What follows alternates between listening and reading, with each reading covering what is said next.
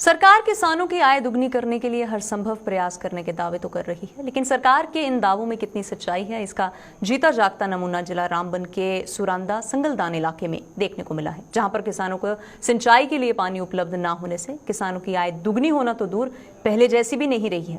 पेश है इसी पर एक रिपोर्ट।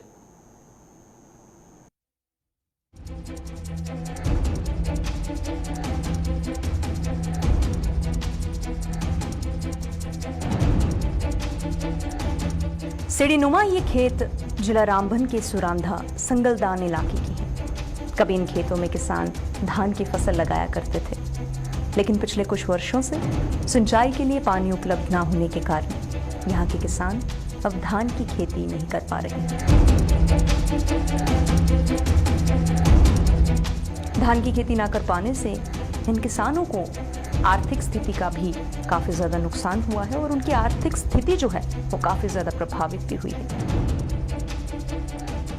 कि यहाँ धान की ज़मीन थी तो हमें पिछले साल से मतलब 2 सालों से ज़मीन नहीं लग रही है यहाँ पे, और जो पाइपलाइन है इस वक्त जो 6-7 पाइपें लगी हैं इसमें, तो हमारा रोज़गार इसी पे चल रहा था। तो ना धान मिल रहा है हमें, ना रोज़गार मिल रहा है, ना कुछ।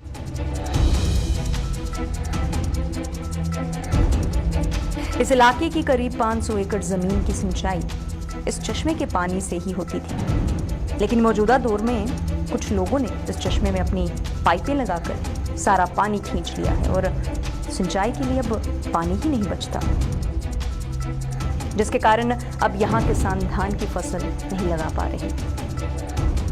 स्थानीय लोगों की माने तो इस चश्मे का पानी केवल खेतों की सिंचाई के लिए ही प्रयोग होता था। जनाब, हमारी तरफ से एक अर्ज है कि 45 साल मेरी उम्र भी हो गई है, मैं भी इन्हीं कोठलों को पानी लगाता था और यहाँ पे कोई पाइपलाइन नहीं लगी थी। उसके बाद ये हुआ यहाँ पे कि जो पाइपलाइन लगाएगा वो अपनी आबी ज़मीन आबाद नहीं करेगा।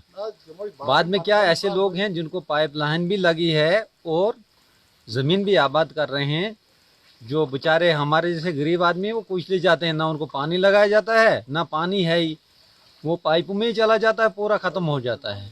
यानी जो आपका रोजगार जुड़ा हुआ था वो कहीं ना कहीं मुतासिर हो रहा है। हाँ बिल्कुल जनाब। आपके सामने देखो जनाब, इसकी इधर से एक नहर थी, एक नहर उधर से जाती थी।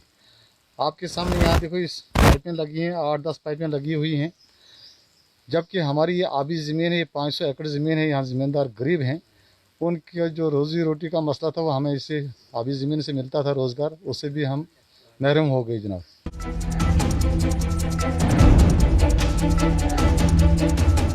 लेकिन कुछ लोगों की मनमानी ने सदियों से चली आ रही इस सिंचाई की व्यवस्था को खराब कर दिया है और इन लोगों को पूछने वाला भी कोई नहीं है। ना तो स्थानीय प्रशासन और ना ही सिंचाई विभाग इन लोगों की मनमानी को लेकर कोई कार्रवाई कर रहा है। ये नहीं थी जनाब, ये सदियों से पहले से पानी जो आबी ज़मीन का पानी था, किसी कोई पाइप नहीं थी। तो इस साल तो यहाँ पाइपों का ढेर लगा हुआ, तो हम तो डिपार्टमेंट से, ना हमें डिपार्टमेंट ने कभी कहा कि ऐसे कोई प्रोजेक्ट बनाएंगे हम।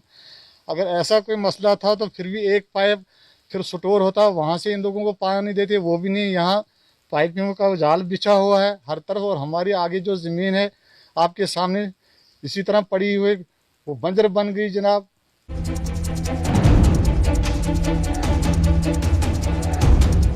बेबस, गरीब और लाचार इन लोगों ने अब सरकार से उनकी इस समस्या का समाधान करने और बरसों पुरानी सिंचाई की इस व्यवस्था को दोबारा बहाल करने की गुहार लगाई है।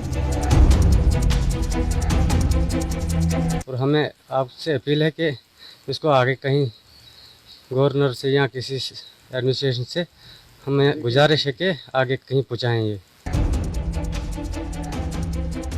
ये समस्या केवल सुरांदा संगलदान इलाके की ही नहीं, बल्कि जम्मू कश्मीर के कई अन्य जगहों पर भी किसान सिंचाई की इसी तरह की समस्याओं से दो चार हैं।